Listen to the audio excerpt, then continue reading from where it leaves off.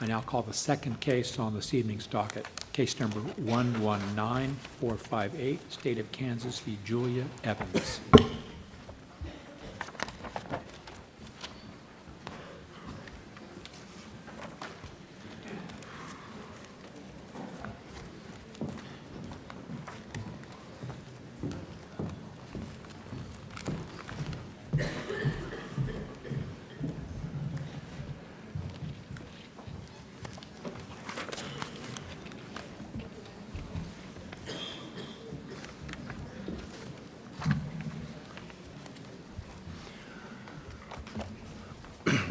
May it please the court, the State of Kansas appellant by and through Darrell Hawkins, Assistant Dickinson County Attorney.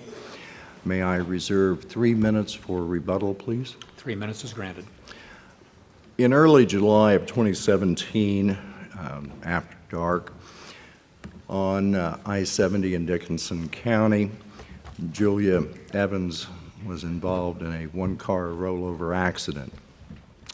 At the time that officers responded, they could not extricate her from the vehicle and were waiting for EMS. She was sitting in the passenger seat, feet in the driver's seat, her head between the dash and the windshield, obviously in pain. The first officer tried to talk with her, calm her, ask her name. She replied, "Julie." Upon arrival of the second officer, the first officer was called away for another matter. The second officer, observing her and hearing her indications that she's hurting, again tried to talk with her, ask her name. She replied, "Julie Evans." At that point, the officers had attempted to open the door to help her get out. Could not do so. EMS arrived, took over, extricated Miss Evans from the vehicle, put her on a flatboard, took her to the ambulance. The officer who was at the scene at that time asked EMS, "Ask her where her driver's license is because I need that." They told him, "We'll do so and we'll get back with you," which obviously they never did. Ambulance leaves. The officer notes that the tow truck is there, is ready to take the vehicle, looks in the vehicle, there's a purse. As part of a community caretaking function, as part of his response to an injury accident, to safeguard the property of this individual, he takes the purse out of the vehicle. Subsequently, in looking for the driver's license, he notes that there's a little baggie with contraband, which he recognizes and believes to be methamphetamine. That's in a wallet. Was the wallet inside the purse? Yes. Or beside the purse? It was inside the Okay, purse. so the purse had to be opened in order Purse to had to get be the opened. wallet, and then the wallet had to be opened in order to get to what he saw. Correct. Okay. There's another fact, question I had as I was reading this, and I was from the appellee's brief and then going to the record that was taken at the motion to suppress.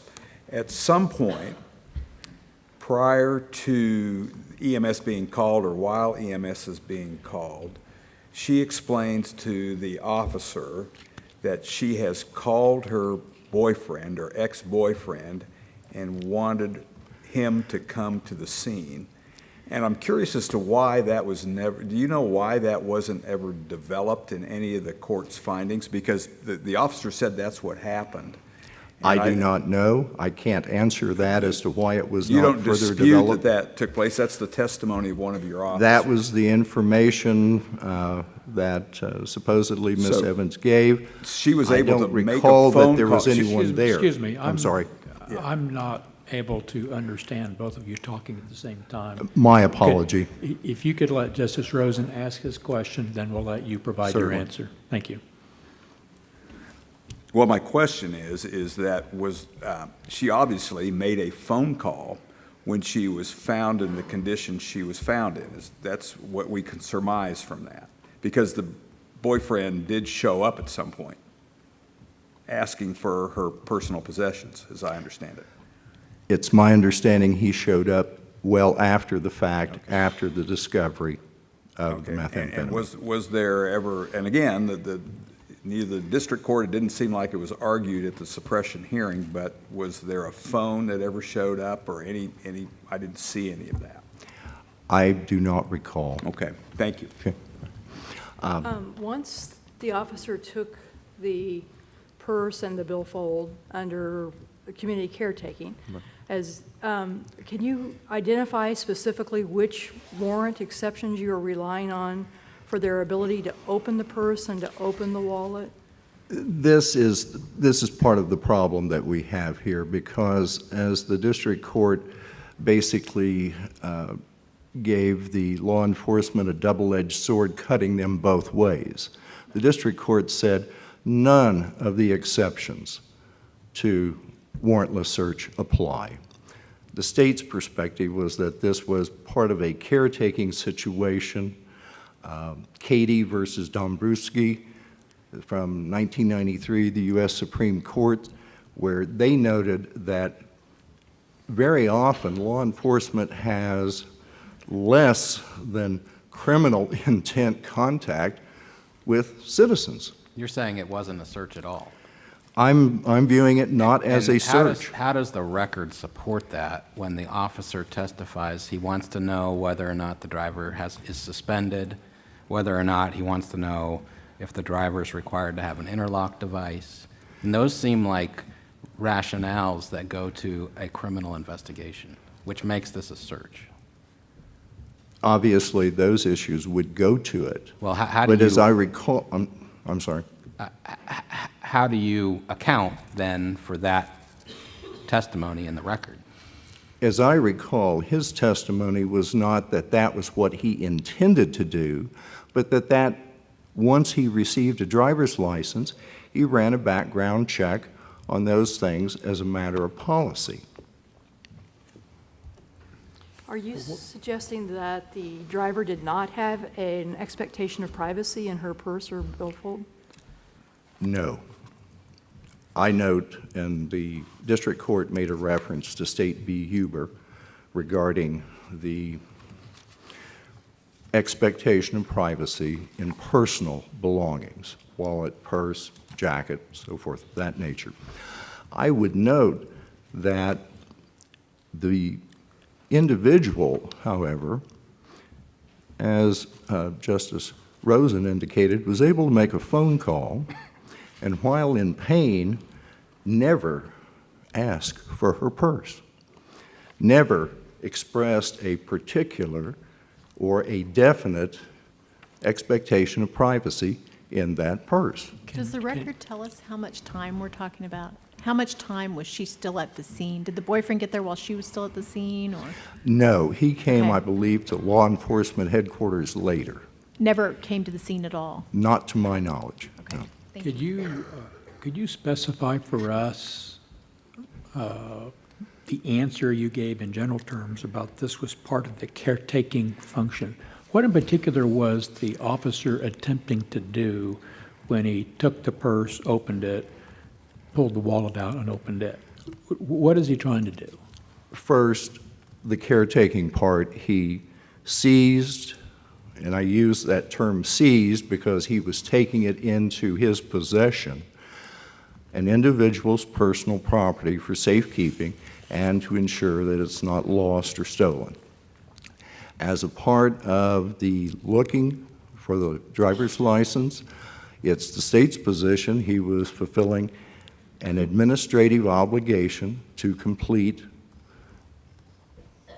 an accident report. Well, and that, I think, may be the crux of this. Were there other ways for the officer to have obtained the information about who the driver was For example, I think there's a suggestion in some case law that you can call the dispatcher, say, run this plate, who owns this car, who's it registered to? And that way you're not getting yourself into opening a purse, opening a wallet. Was there, That would give you certain information. Regrettably, in this day and time, the name that someone gives you, even some of the identification that is provided to you, is not legitimate. That's why he was seeking a photo ID, which in this case was the driver's license, which would allow that officer who had seen the person to match the physical description and appearance to the name on the license. and why was that important for him to do that? Could that not have been done by the attending medical people? And again, could that not have been obtained by contacting dispatch and saying, here's a license plate number, what do you have? Presuming that the individual who's driving the vehicle is the owner of the vehicle, but that's not in evidence in that regard, and it doesn't ensure that the officer has the definite information that he is required to provide. The statute I think you rely on for that position is KSA 81611, is that Correct. correct? But it reads, every accident report shall contain all of the information required therein, unless not available. How do you read out those unless not available to say that it has to be done? In that reading, if one is to say that unless not available is controlling, no one's going to provide the information. No, I think, isn't it referencing a situation just like this one where you have an injured person? And so you Excepting may that have to here, go- I'm sorry? That's all right. Excepting that here, that information was possibly available. And there isn't a provision in the statute that says you couldn't or shouldn't look for anything to provide that background Well, information. we're talking about the Fourth Amendment, Correct. and the Fourth Amendment has been interpreted such that a search without a warrant is per se unreasonable and violates the Fourth Amendment, right? Correct. This was a search of the purse without a warrant, was it not? Agreed. It's per se unreasonable. Then the state has the burden to show one of the specifically described exceptions to the warrant requirement. And that would, And that, I'm going back to my colleague's question. Those are consent, search incident to lawful arrest, stop and frisk, probable cause with exigent circumstances, emergency doctrine, inventory searches, plain view, and administrative searches of closely regulated businesses. Where does the need to get information to administratively fill out an accident report fit within those judicially delineated exceptions to the warrant requirement? it does not, but that is the state's position that this was an aspect of a community caretaking situation. Well, That so- under this limited set of facts was not an investigation centered as to an issue of crime. Again, you're saying it's not subject to the warrant requirement. That would be the state's position. And again, we note, and I read the case law where it was talked about that the caretaking function should never be considered as an open door towards limiting the rights under the Fourth Amendment or expanding the opportunities to get at it.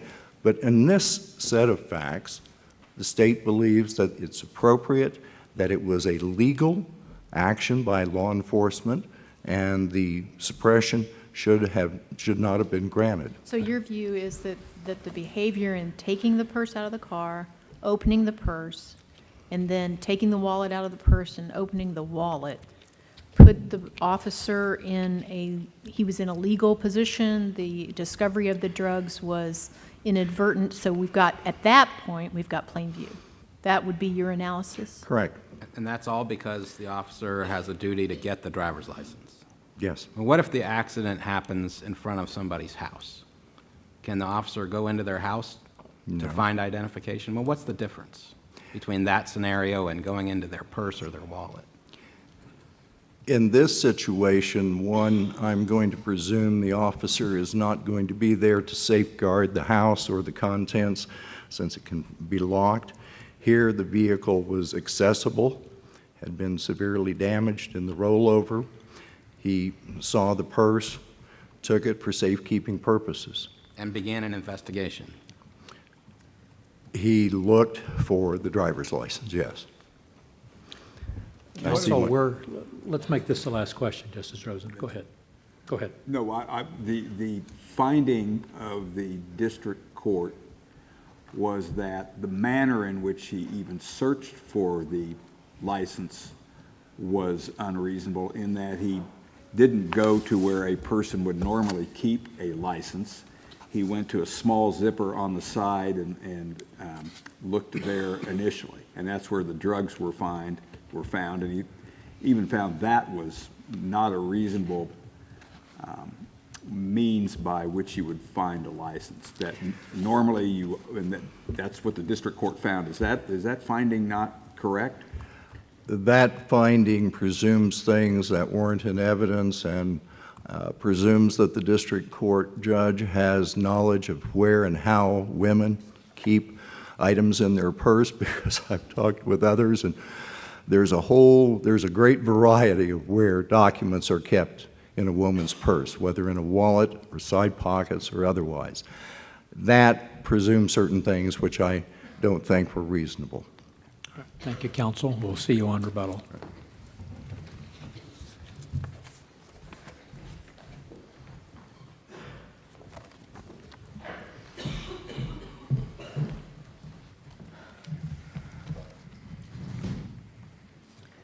May it please the court, Whitney Talbot Caulfield of the North Central Regional Public Defender's Office, appearing on behalf of Julia Colleen Evans.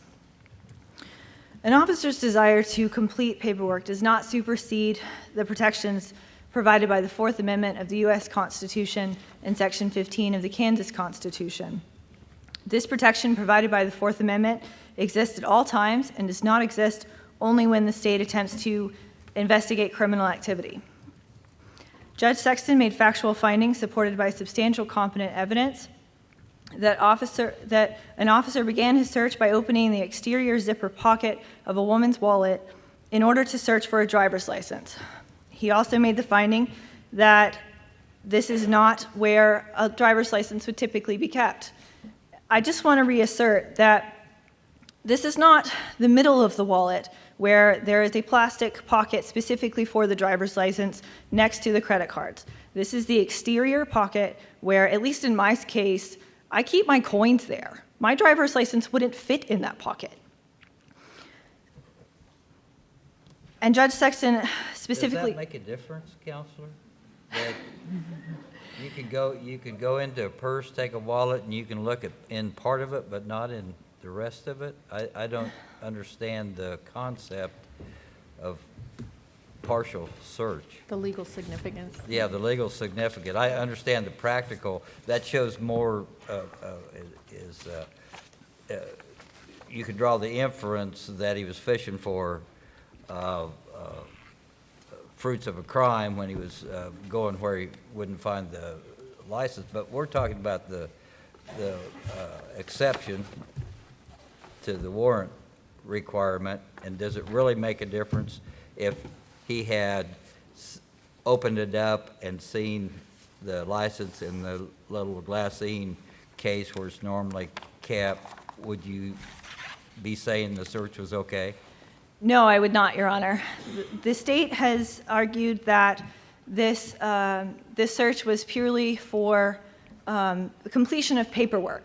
The officer needed the driver's license information, and I feel it important to assert that if he was looking for a driver's license, it would have been far more reasonable, if not still violates the Fourth Amendment, it would have been far more reasonable that he search where a driver's license was most likely to be. There are really 3 levels, right, here of potential Fourth Amendment violation, because you have the removal of the purse from the car, first of all, That's correct. and then the opening of the purse and removal of the wallet. Maybe we've got 4 levels if you count taking out the wallet and then looking inside the wallet, right? Yes, Your Honor. And it's this actu- thing went wrong from the very beginning, in your view? Or where did the officer violate the Fourth Amendment? I believe the officer violated the Fourth Amendment when he opened the purse. And it's actually my understanding of the fact that the wallet and the purse were seated next to each other on the seat. That's what I thought too, and that's why I asked my initial question of your colleague. So you actually think that the testimony supports something slightly different, which is that the wallet was already outside the handbag. That's correct, Your Honor. And I believe that Ms. Evans' constitutional rights were violated when the officer unzipped the wallet in any manner, whether that be the exterior pocket or the middle, in order to look for this driver's license.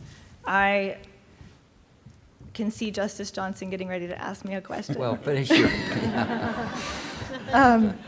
Sorry, I telegraphed. I believe that it is typical behavior for the officer to perhaps accompany the injured driver to the hospital to bring her items, and this officer had multiple options to both complete his caretaking function of safekeeping this purse while Ms. Evans' ex-boyfriend arrived on the scene or at the police station without having to also have the requirement of going into the wallet for this driver's license. Doesn't the record reflect that the officer testified he did not go to the hospital because the driver was taken to Salina, and so it was in a different county, and that because of manpower issues, they didn't have enough people on call for him to leave the county? That's correct, Your Honor. And if we were solely talking about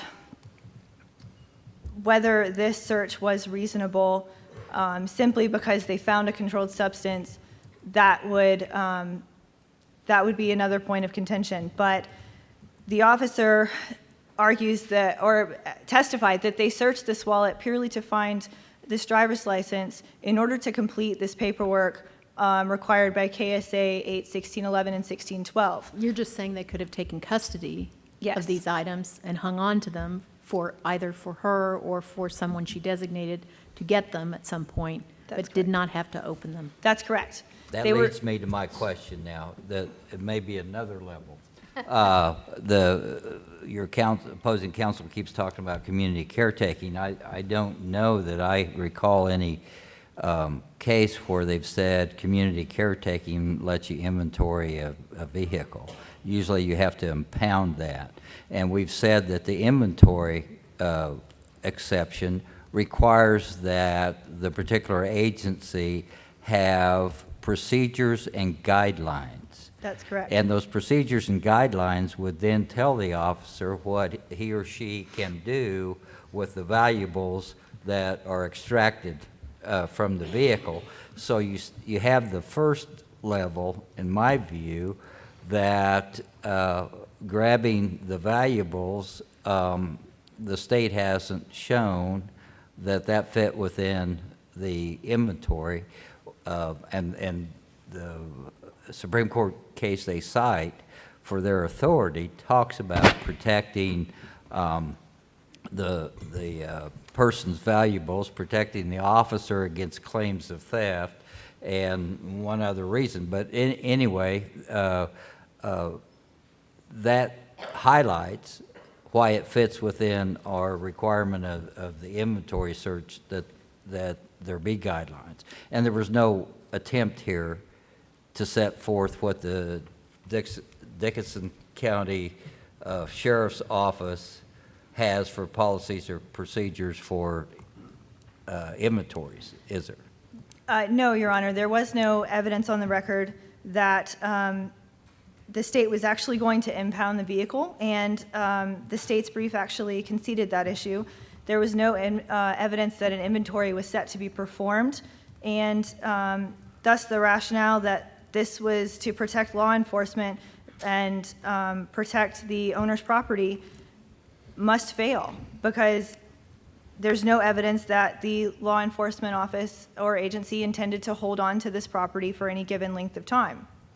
And in fact, the facts indicate that this Miss Evans appeared at the police station wanting her things back a mere 7 hours later. So that brings me back to my my second issue under 8:1611 and 1612.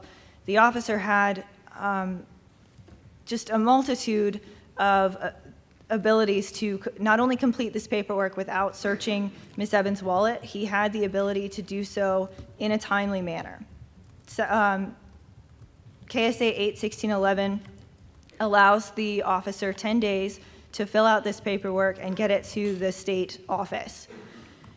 They, KSA 8:1612B also makes an exception that when this information is not available, it does not have to be provided. But the information required under these statutes is very simple. It's the name of the driver and the vehicle that was involved in the accident. The officer had both of those facts while he was on scene. If he needed additional information, he very well could have contacted Miss Evans. He could have contacted the hospital. He could have contacted the EMS personnel or Miss Evans' boyfriend, who later arrived on scene. Counsel, your argument sounds like it's being lifted from People v. Wright, the Colorado Supreme Court. Are you familiar with that case? I am not. I apologize, Your Honor. I can make myself familiar and brief the court at a later date if you would like me to do so. Well, let me just repeat some of the things from that case. It was something similar where the person was in a traffic accident, was taken to the hospital, and the officer decided to look for information. The officer took her purse to the hospital, and where she was being treated, and upon being informed that she was then in the x-ray room, he opened the purse to seek her driver's license and other information needed to complete his accident report. He found drug paraphernalia. The Supreme Court of Colorado said the officer could have asked that the purse be taken to the defendant so that she could retrieve the license, could have asked to speak to the defendant in the x-ray room, or could have asked the hospital admissions office for a defendant's name and address. And that court said, trying to get this information in the way you did it, to simply fill out this accident report, that's not going to work. And I thought, based on your arguments just now, that you were familiar with that case, and that's where you were getting some of your points. No, Your Honor, it was a lucky coincidence that my argument aligned with that case. You'll take it? I will take it, Your Honor. Can we back up here for a second? And when we first got this case last Friday, it just appeared to me, in confronting the situation that an officer's out there and EMS shows up, why isn't obtaining accurate, identifying information at the outset critical to just the medical intervention that takes place? And I understand the emergency doctrine hasn't been raised. I'm not certain why. Maybe because she was able to communicate and call her boyfriend, et cetera. But why isn't just initially, if she wasn't able to get it, ask her, I mean, you have weight, you have age, you have sometimes medical condition. Important information are contained on licenses and other accompanying things with identification. Why isn't that appropriate? Well, Your Honor, the emergency doctrine applies when a person is in critical need of care, whether that is a domestic situation. How close is she right here? I mean, she's pretty mangled. She's in an awkward position. They have to extricate her from the car. So That's correct, Your Honor. But it's my understanding that she was at least coherent and could make that phone call to her ex-boyfriend. I've been in this accident, please come assist me. She also, I believe, advised the officer she didn't want medical attention. She simply wanted to go home and was taken to the hospital anyway. She was able to communicate with both officers throughout the entire time she was at the scene, and I believe that would have been extended to while she was in the emergency vehicle being taken to the hospital. She could have communicated whatever medical issues she had. Your Honor, I would also like to point your attention to the fact that the state has argued that there is no probable cause that exists for the court to issue a warrant, and that there were no exceptions that applied. This is an important fact because, at least as I understand the law, that is where the analysis should end. The Fourth Amendment requires that there either be probable cause to issue a warrant or that there be an exception to the warrant requirement. Neither of those exist in this situation, and yet an officer still opened a zipper to look for a driver's license in a place he never would have been able to find it. So the question I have for you is a simple one. Should the state be allowed to argue that the efficiency with which an officer completes their paperwork be able to take precedence over the protections provided by the Fourth Amendment and Section 15 of the Kansas Constitution? The answer must be no. The state is arguing that this Fourth Amendment doesn't apply when there's no criminal investigation, but that's a misinterpretation of the Fourth Amendment. As Justice Siegel asked, what if it was in front of a house? Does this give the officers the right to kick in a door and search every conceivable location for a driver's license? I would think not. Ms. Evans and every other person within the state of Kansas should be secure in their person and effects. These officers should not be rewarded for their actions to promptly complete paperwork of an accident report. And so I'd ask this court to please affirm the district court's ruling that this evidence was impermissibly seized. Thank you. Thank you, counsel. You reserve 3 minutes for rebuttal, and I wanted to ask a question, counsel, once you got to the lectern. My question is someplace between the facts of our case and the example Justice Stiegel gave. And so my question to you is, let's assume the officer opened the wallet and did not find a driver's license. In your view, was he authorized to start looking in other parts of the vehicle, like the glove compartment, the console, up above the sun visor, something he may have found in the back seat, that it was an eyeglass bag or something like that? I know that there are federal cases, and I apologize for not being able to cite. I know that we referenced the South Dakota versus Opperman case in the brief. Again, I note the Cady versus Dombrowski case from 1973, which I believe involved the trunk being searched of a rental vehicle because of the concern that there might be a weapon there, just as part of the community caretaking function.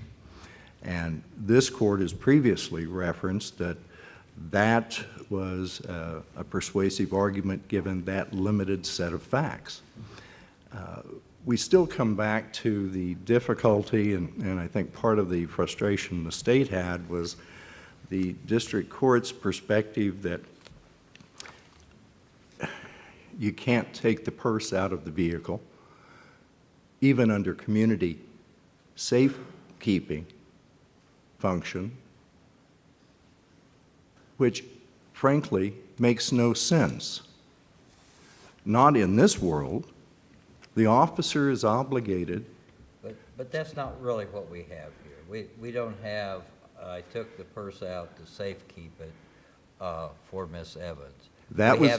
Well, that's fine. If he had taken the purse and taken it into police custody, that would be a different case. But that isn't our case. We have him opening up a zippered pocket in a wallet, saying he's looking for a driver's license because one of the reasons is he wanted to see if the license was suspended, which is a criminal investigation. So even if you could get over that first hurdle of community caretaking to protect the valuables of the person that wrecked the car, you still have to have get the second step of the officer's mission, of getting the license for the accident report. I don't see how you bootstrap that administrative necessity into the community caretaking. If I may, the first officer on the scene, Deputy Longbine, was the individual who testified about checking for suspended license, so forth. The second officer, the APD officer, testified that it was his practice, if he saw what would be personal items or items that individuals might be concerned about if they lost, that he took those into possession just as a part of safekeeping. He never testified that he was looking for a license so he could run a check to see if they were suspended or revoked or anything else. And that's the point that I come back to. But then what did he do when he took it into safekeeping? He looked for the driver's license to fulfill the, Well, that's the step, that's the disconnect. That's the disconnect. Yes. Community caretaking may get you possession of the wallet. It doesn't get you inside the zippered pocket. You have to get an exception to a warrant requirement. but therein lies part of the problem, is that the district court argued or stated that a warrant should have been sought when law enforcement would have had no basis for a warrant because they weren't conducting a criminal investigation. And that is part of the difficulty here. It's the... So they just would have had to wait until they could get the information another way, which the statute certainly provided was permissible. You agree that the statute did provide that that Yes. was permissible? Yeah, Yes. that's the rub. There was a big rush. How many things in life, the woulda, coulda, shoulda, Right. resolved most of those? I see that I'm out of time. Thank you. Thank you, counsel. We thank both of you for your arguments this evening. Court will take this matter under advisement